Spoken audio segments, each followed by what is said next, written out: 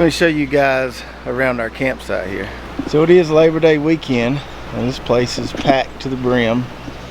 The lady up at the front desk said they were completely full this weekend, so things are a little tight, but we were lucky with this spot we got right here.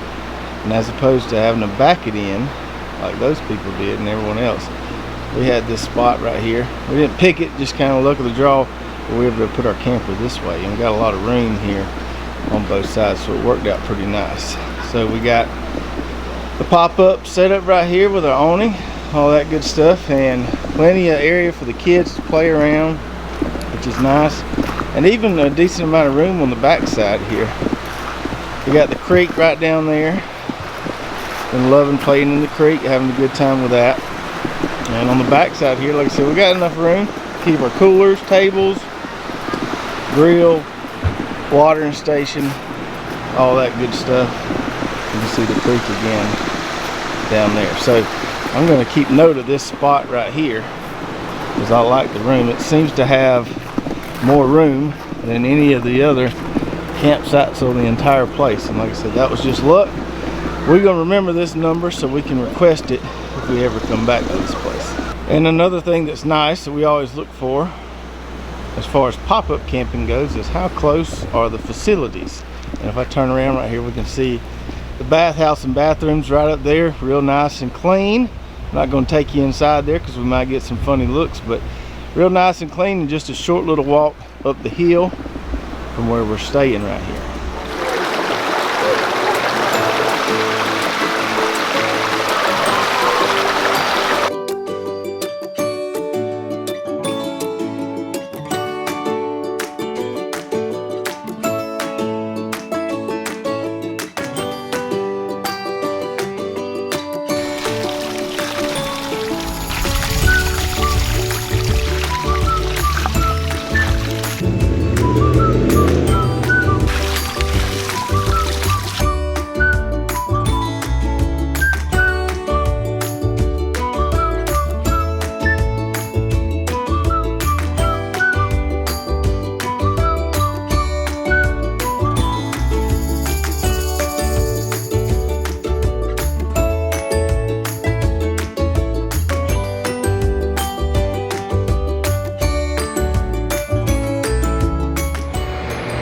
Did you have a good nap?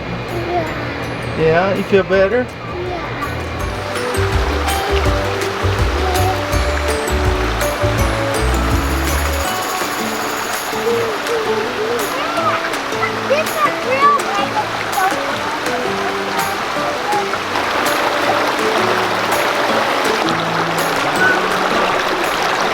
Are you full? Yeah.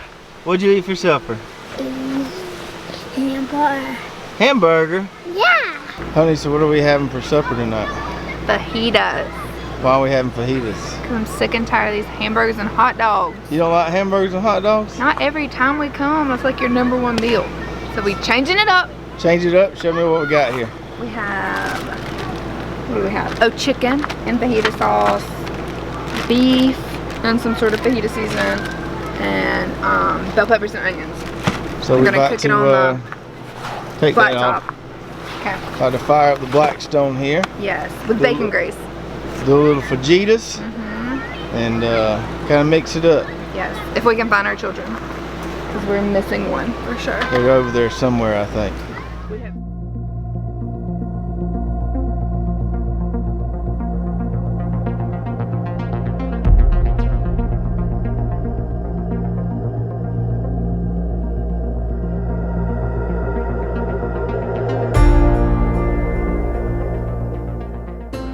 How is it? It's good, good. Let me see it. I'm gonna get close. We didn't do a whole lot to dress it up. Just some little mini flour tortillas. Put those on the black stone and let those kind of brown a little bit. Come in there with a little sour cream on the bottom, a little cheese, a little green verde salsa on top, and pretty dang tasty. I think it would have been good with like goat cheese. Goat cheese would have been good. I think the trick was putting the meat in the Ziploc bags and letting them kind of marinate in there. But you know, you would think fajitas camping is probably kind of a messy process, but the way we did it, getting the chicken strips, the steak was already cut up, having that kind of already close to being, you know, cut up like we wanted really helped. And I'd say this is definitely a meal we should try to replicate in the future on other camping trips. Yeah, I think we could even have put it in the marinade at home and put it in the cooler. We could have. And already had the bell pepper cut up. For sure. Too. For sure. That would have been easy. For sure. All right, good deal. It wasn't that much. I got a little sour cream on me. But besides that, we're all good. Oh, all right. So we got one to add to our recipe book. Yeah. We can cut back on the hamburgers and hot dogs a little bit.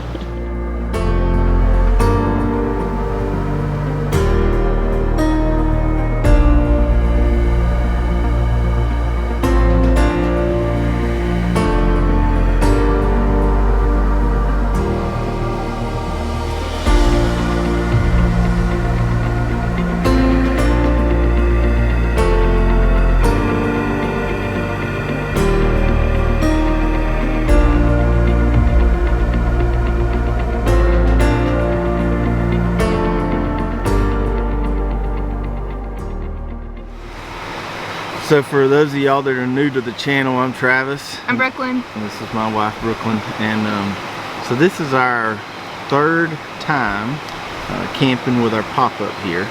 And when we first got it, we took it just on a one-night trip, just kind of quick, just trying it out, making sure we could get it up and down in a timely manner. And then we took it to Florida on a little river trip a few weeks ago. It was still pretty warm then. And then this week, Labor Day weekend, we came up to the North Georgia mountains to get away from the gnats in South Georgia and also get away from the heat and humidity. Yes, it's much cooler up here. As you can see, I'm wearing my sweatshirt.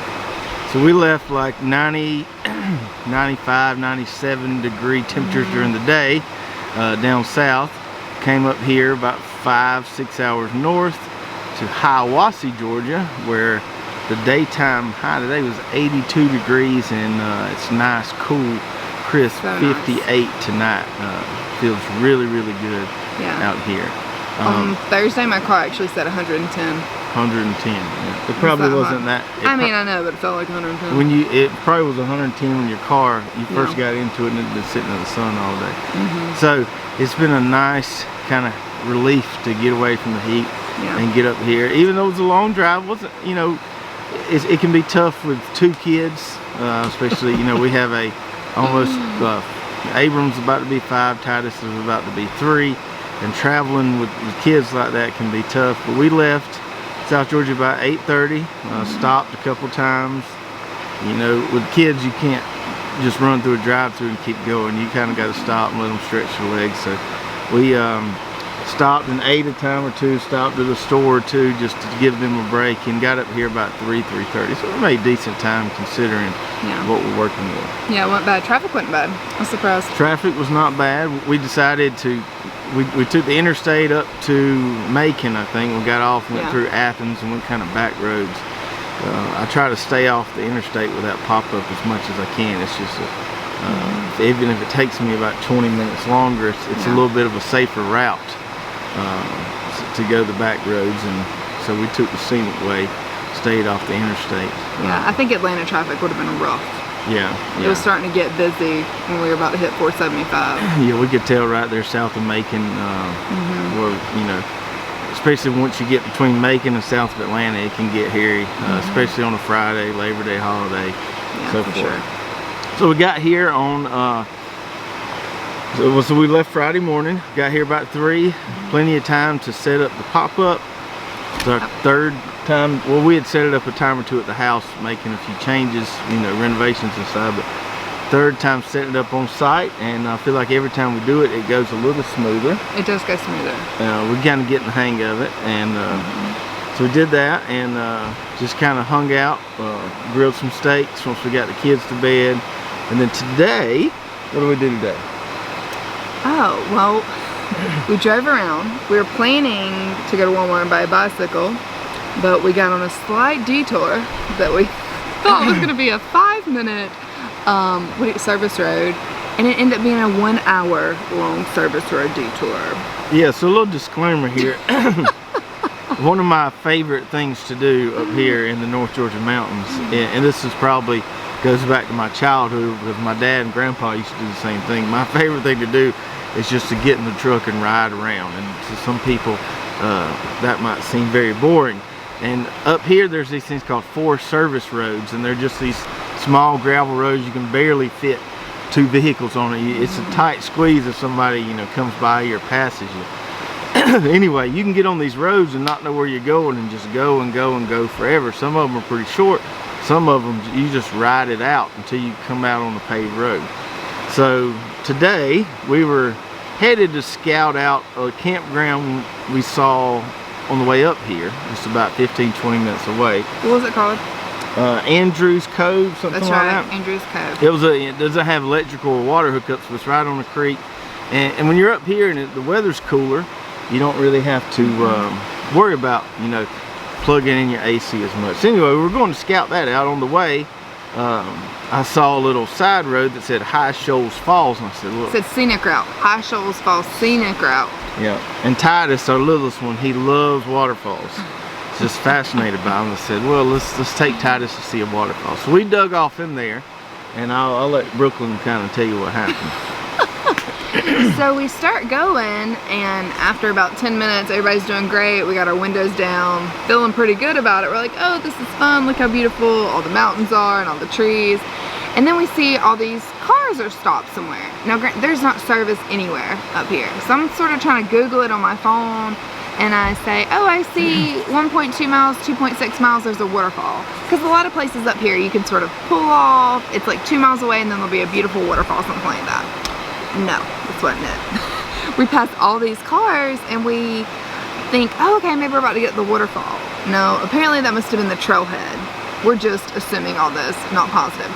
So we keep going, and keep going, and keep going, and keep going.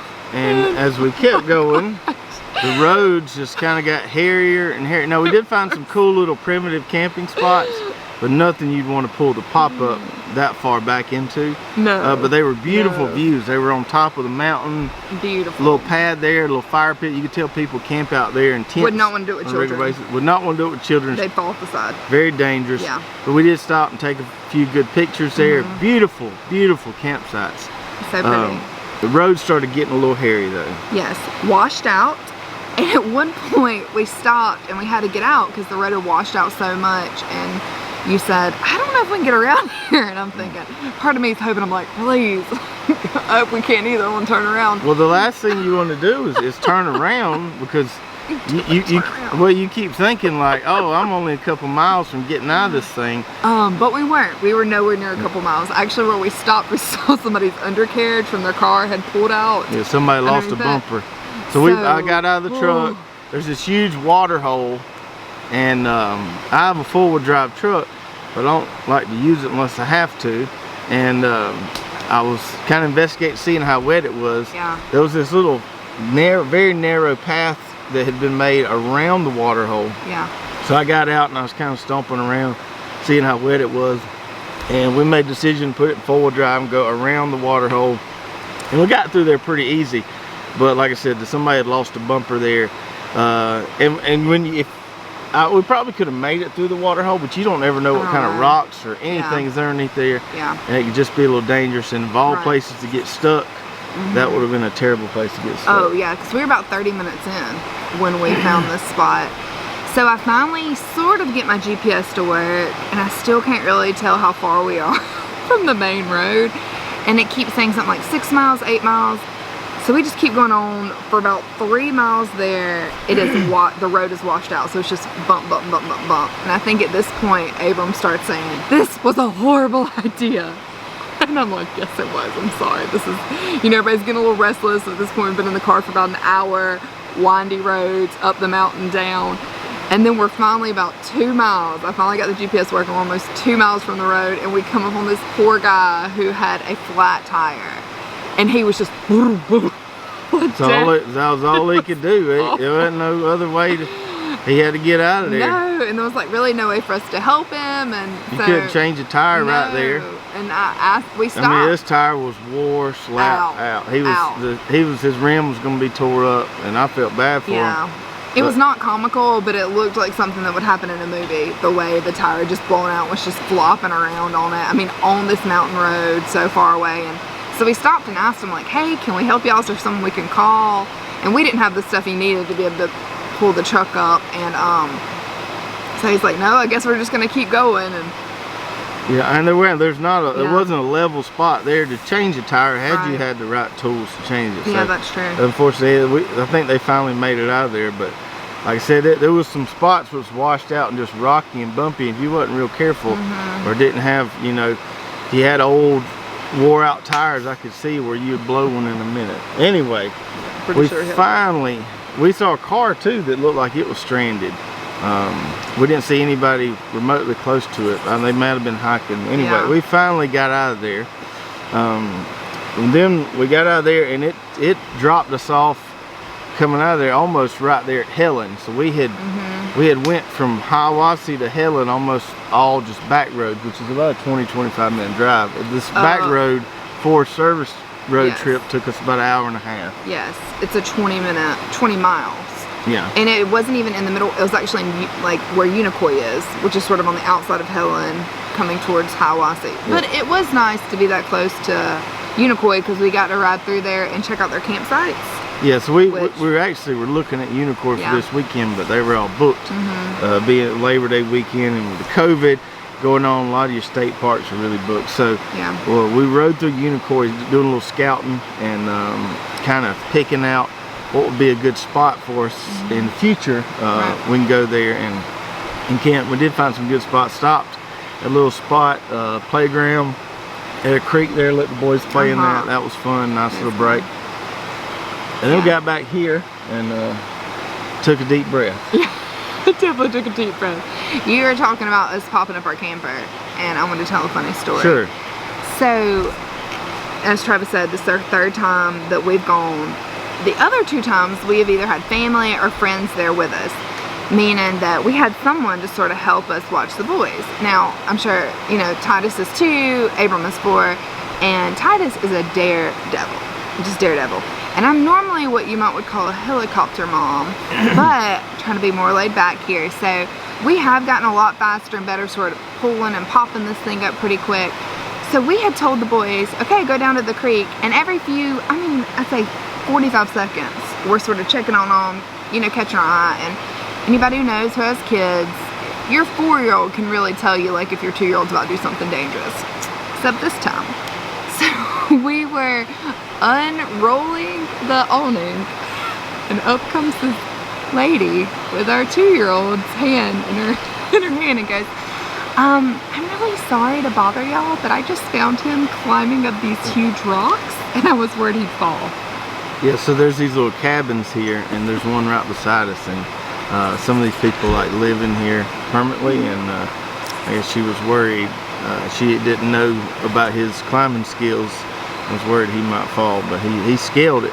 And he scaled it all the way up to her house. We're gonna have to show y'all later. Right at her doorstep. Because at first I sort of thought that she was joking. Like I thought maybe she saw him almost get to it. And I asked Abram later, I said, Abram, how high did he make it? He said, oh, all the way to the top. She was surprised, but we weren't surprised. I was not surprised, but I was super embarrassed. That was a good little icebreaker with our camping neighbors here. Yeah, we're the people who don't want your kids. So we got one more day here. We got Sunday, and then we'll be packing up Monday and going back home. And we'll be doing another video, another little session here, giving kind of a review of this place here, Bald Mountain. Is it Bald Mountain Campground? Is that what it's called? Bald Mountain Camp Resort. Bald Mountain Camp Resort. Excuse me. I think resort is important because this is definitely like resortish. You know what I mean? They have a lot of stuff going on. So we'll be doing a little review, giving some pluses and minuses of what we think about it, and y'all stay tuned for that. See ya.